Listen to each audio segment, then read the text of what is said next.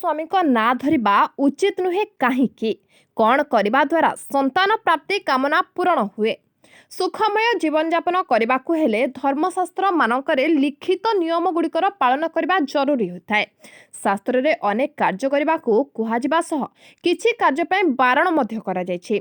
चलंतु एभली किछि नियम विषय जानिबा। कबाट को केबे मध्य गोड़ मारी खोलिबा उचित नुहे। एपरि करबा द्वारा मानसिक स्थिति बिगिड़ी जाय थाए। स्त्री लोक घरर दुआर मुह को लागि करी खाइले घरे दारिद्रता बढ़ी थाए। लेंबु रस सहित सोरिष तेल मिसाई पादरे मालिश कले भल निद आसी थाए। केश शीघ्र धड़ा हो जाउथिले 2 मास पर्यंत हिड़ीमिचा साग खाइबा द्वारा केश पाचिबा समस्या दूर होइथाए। श्वास अधिक बढ़ी गले पाचिला कदली को गरम करी गोलमर्च सहित खाइले आराम मिलिथाए।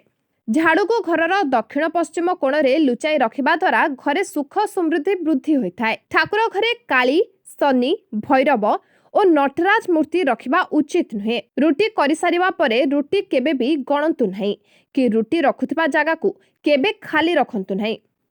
विवाहित स्त्री लोक माने निजर काजल, बिंदी, सिंदूर, मेहंदी और पाउची आदि अन्य को पिंधिबा को दियंतु नहीं। एपरि करबा द्वारा स्त्री को प्रति स्वामी को आकर्षण कमी जाए। गाधोइबा समय रे सर्वदा पूर्व दिग को मुह करी गाधोइबा उचित। एपरि करबा द्वारा अत्यंत शुभ होइथाए। स्त्री केबे भी स्वामी को नाम धरी डाकिबा उचित नुहे। एपरि करबा द्वारा स्वामी को आयुष ह्रास पाइथाए। तबे भिडियोटी भल लागिले गोटे लाइक करंतु। आगो के एभली अपडेट पाइबा पय आम चैनल को सब्सक्राइब करी पाखरे थेबा बेल आइकन को क्लिक करंतु एवं सोशल मीडिया रे हमको फॉलो करंतु। रोची धन्यवाद।